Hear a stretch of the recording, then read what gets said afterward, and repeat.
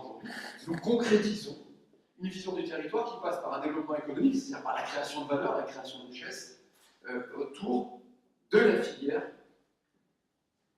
de l'audiovisuel au sens le plus large du terme, de la création, on va dire, par l'image, le son a une histoire. Voilà.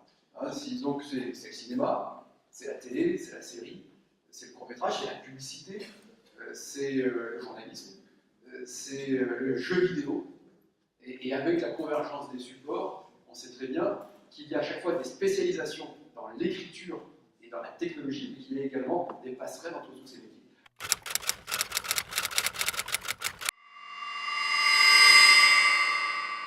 Tout simplement parce qu'on part d'un constat et nous avons l'ambition de développer cette filière. Pour qu'une filière économique fonctionne, il faut qu'il y ait une fertilisation croisée et autour, en l'espèce, de trois grands pôles, trois grands axes. Un, c'est l'événementiel international, qui est vraiment l'élément discriminant au sens marketing. C'est ce qui distingue Cannes. Il y a beaucoup d'initiatives dans beaucoup de villes, et les villes françaises sont dynamiques, sont toniques. Il suffit de regarder très près ici le dynamisme de la métropole niçoise. Donc il y a beaucoup d'initiatives, mais chaque territoire a des éléments qui le distinguent, qui le caractérisent. Ce qui distingue indéniablement Cannes, c'est l'événementiel, notamment en business to business, mais pas seulement, mais essentiellement en B2B, l'événementiel international, en particulier autour des métiers de la création. Ensuite, le deuxième ingrédient, c'est la dynamique entrepreneuriale. Le troisième ingrédient, c'est la formation. C'est ce que je vais rapidement évoquer pour essayer de montrer la pertinence de cette filière.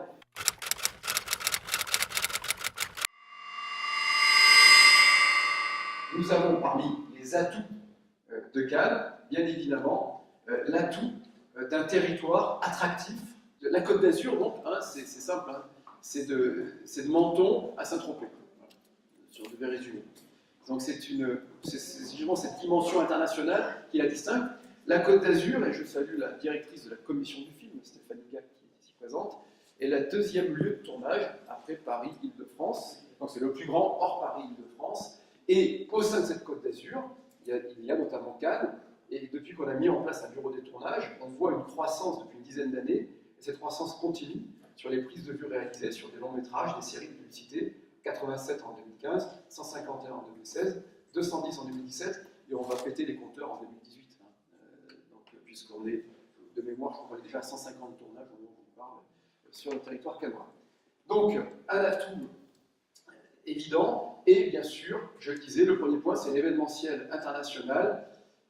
Tout ça, vous le connaissez, mais le Palais des Festivals et des Congrès, qui est le plus grand établissement recevant le public de tout le Sud-Est. Donc, Cannes conforte dans un univers d'ultra-compétitivité, avec des échecs et des réussites, mais plus de réussites que d'échecs, c'est pour ça qu'on progresse, sa place de capitale sur des salons professionnels. On n'est pas une ville, on dit congrès par commodité, mais en fait on est surtout sur des salons professionnels, et parmi ces salons, des événements qui permettent de regrouper au même endroit, au même moment, des créateurs, des distributeurs, des producteurs, des diffuseurs.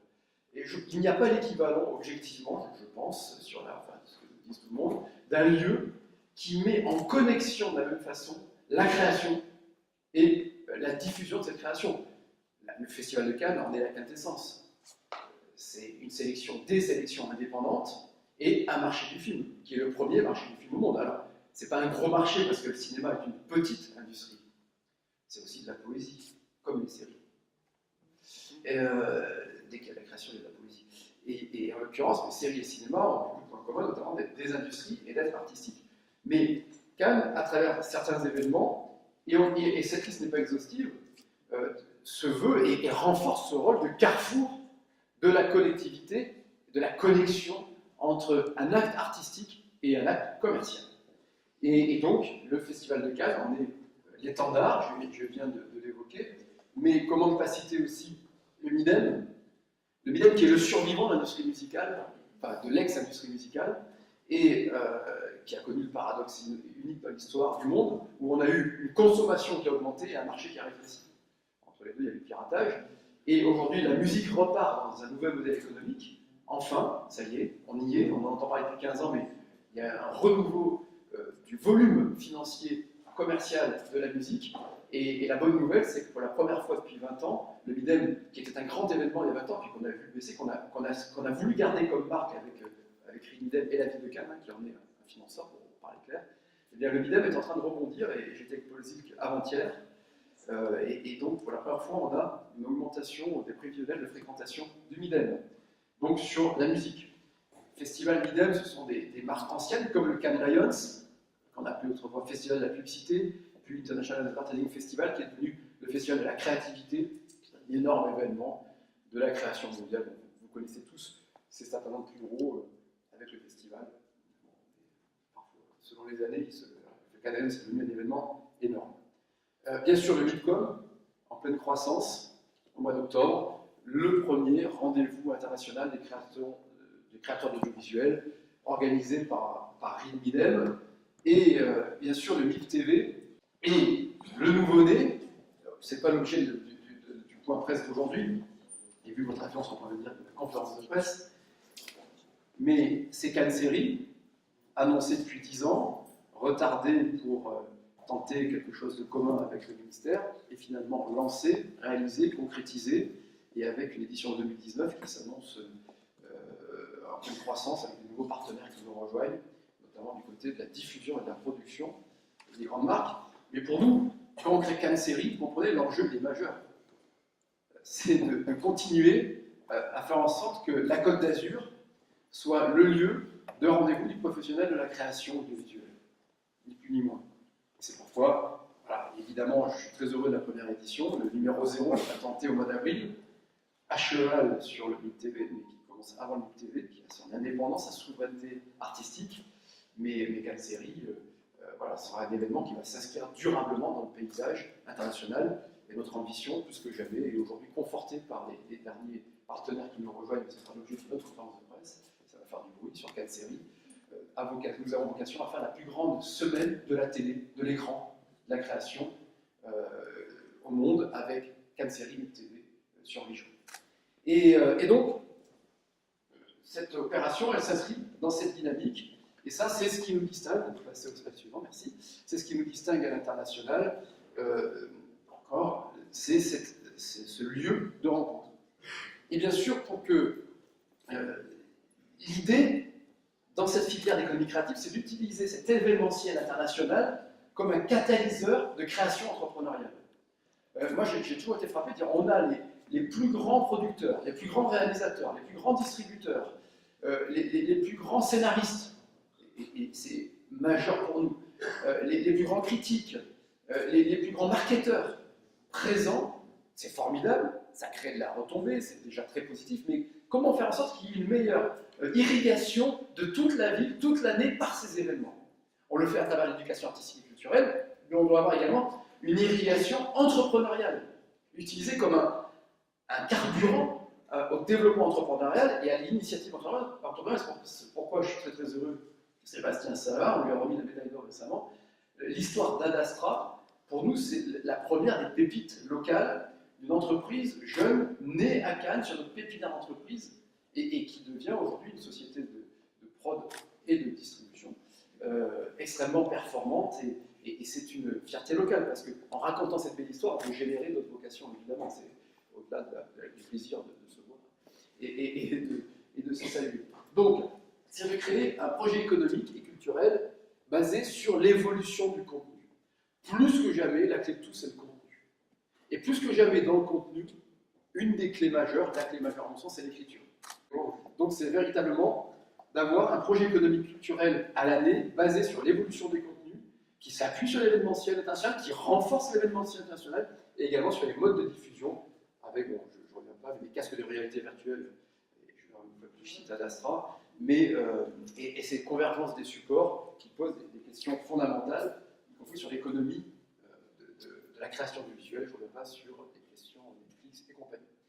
Et donc, pour arriver à faire rencontrer cela, la ville de Cannes, elle ne crée pas de richesse. Moi, je ne suis pas communiste, ce n'est pas à nous de créer l'économie. En revanche, on peut créer des externalités positives. Et on doit créer un environnement qui catalyse la rencontre et la fertilisation croisée, à travers en particulier le marketing territorial, le fait d'aller parler à des investisseurs et d'arriver à les faire venir, de créer des événements, comme on l'a évoqué tout à l'heure avec N-Série, entre autres, mais également d'avoir une affectation foncière et immobilière destinée à des filières, des clusters, utilisez tous les mots que vous voulez, mais porteuses de création de valeur. Et c'est le projet Bastide Rouge, avec, donc, et c'est le troisième pilier que j'évoquais, c'est la formation. Pour qu'il y ait fertilisation croisée, il faut qu'il y ait entreprise et formation et événementiel. Et donc, la grande ambition, la grande révolution qui est en train de se mener, grande révolution à l'échelle de notre petite ville, évidemment, c'est de faire de Cannes une ville étudiante. Et c'est pourquoi le travail que nous menons avec l'Université Côte d'Azur est si important, chère Josiane, c'est parce que, et le fait, et pardonnez-moi pour ceux qui m'ont entendu souvent en parler, mais je remets dans le contexte, mais on crée, donc le bâtiment, les travaux commencent dans un mois, pour une livraison donc fin 2019, rentrée 2019, et donc dans ce bâtiment-là, c'est l'opération Bastide Rouge, très complète, il y aura 1 millier d'étudiants et un hôtel d'entreprise dans le même bâtiment. Nous mettons dans le même site, plus que le site, dans le même bâtiment, des entreprises, start-up et licorne, je le souhaite, et université, avec un bureau d'aide à l'entreprise, avec des business angels qui seront présents, et avec donc toute cette capacité de transformer des idées en projets et des projets en entreprise, et cette interaction avec la formation. En sachant que, donc, nous avons déjà, avant la livraison du bâtiment, lancé les premiers éléments de cette fertilisation croisée et de l'émergence de ces formations. Nous étions dans le même bureau il y a exactement 1 an pour lancer l'Institut Storytelling dans le cadre de la chaire d'écriture financée par Vivendi, qui est un partenaire solide de Cannes, avec Canal, et qui a tenu ses engagements, avec UCLA, parce que Cannes s'en sort toujours par l'international. Et cet Institut Storytelling fonctionne bien, puisque la première promo est actuellement à Cannes, avec, en ce moment, elle est là, et avec donc les pépites des scénaristes qui sont formés par cet Institut Storytelling en partenariat entre UCLA et UCA, Université Côte d'Azur et Université... voilà. Et donc, de même, on a lancé le Cannes-Série Institute avec Serial Ace, l'école de Berlin. Certains d'entre vous étaient là pour ce lancement pendant Cannes-Série, avec des jeunes scénaristes qui étaient présents. Et puis, au sein du CL, bien sûr, l'ESRA, on est très heureux de vous avoir avec nous, bien sûr, cette grande école qui fait partie des références françaises de formation au métier de l'audiovisuel et du cinéma, qui sera présent sur le site de Cannes. L'INA, puisqu'on signe dans la semaine un partenariat avec l'INA, c'est un des seuls partenariats, je crois, le seul, avec un territoire qui sera signé pour une formation financée et portée par l'INA. Donc, parallèlement à l'université, ces initiatives très ciblées que nous mettons en place et l'installation de grandes écoles telles que je viens de l'évoquer.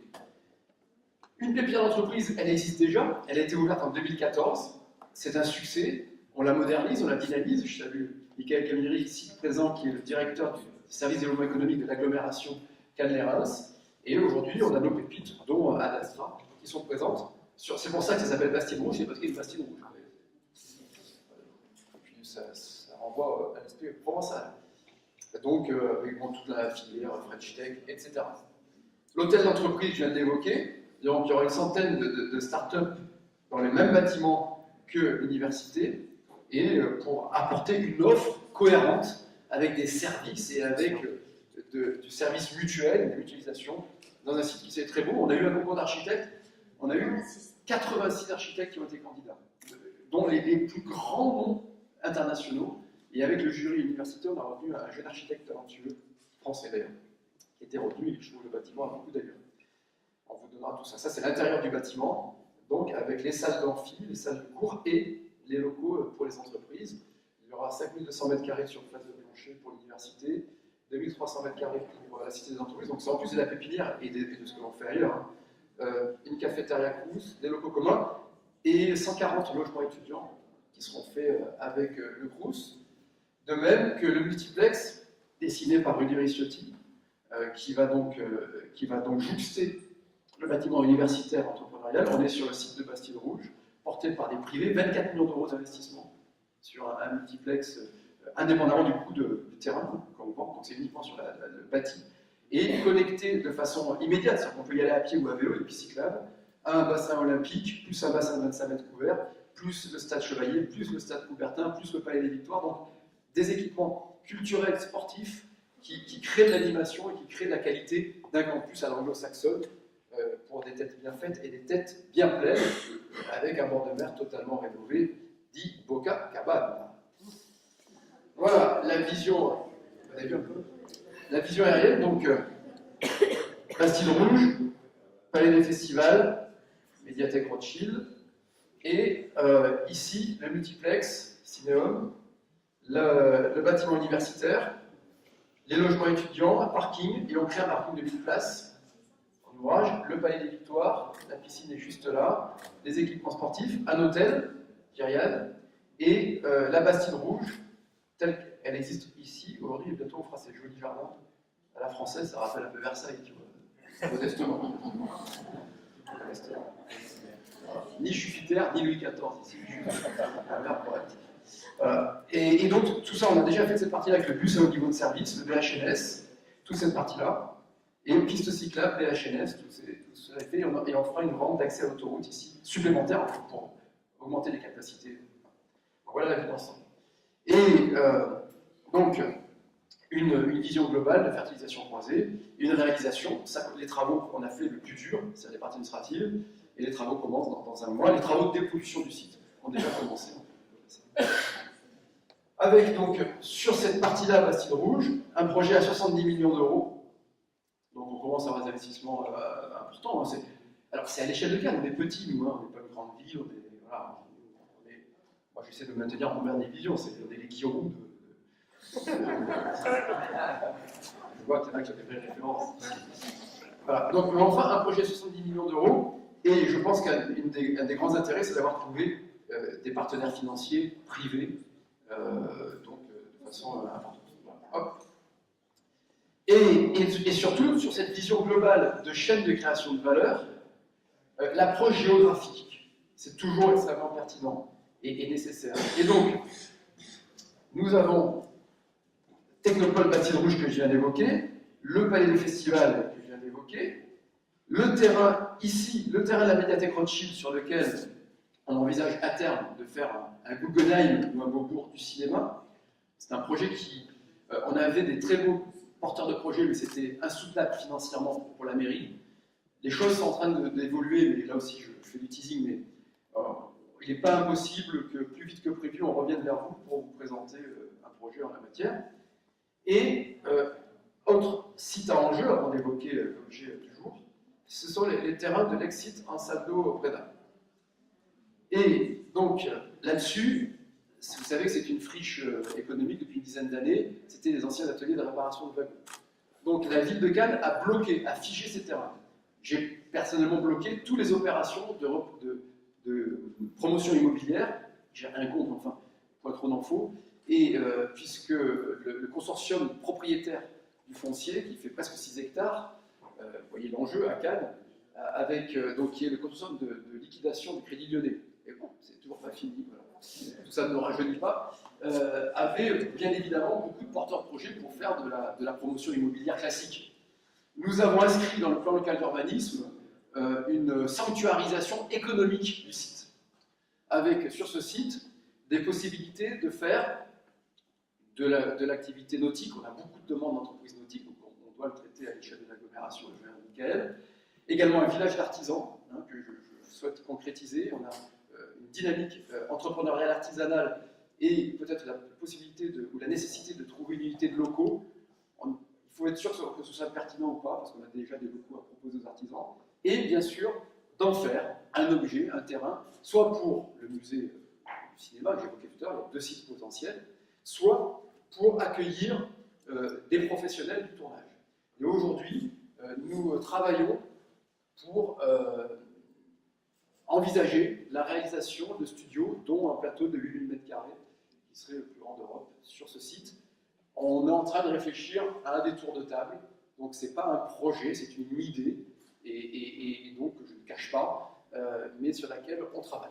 Et puis, et bien sûr, on en arrive, donc l'idée c'est d'avoir voilà, plus de tournage, de campus universitaire, plus d'emplois, une dynamique et une cohérence entre cet événementiel international et la réalité permanente, pérenne, sédentaire de l'activité locale, économique. Donc c'est toute l'ambition de ce projet et que l'on retrouve donc dans le projet que Karine va vous présenter et qui est un projet extrêmement important parce qu'il s'inscrit précisément dans cette filière.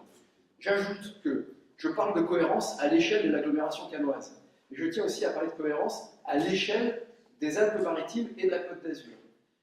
L'initiative que l'on prend aujourd'hui, elle vise à faire de Cannes un des éléments forts de toute une filière de tournage, d'accueil des créateurs, de Marseille jusqu'à Menton. Et en particulier, donc Marseille, Belle-de-Mai, mais également Toulon, et notamment sur la Côte d'Azur. C'est-à-dire notre neutralité physique, elle va de Nice à Mandelieu, si vous voulez.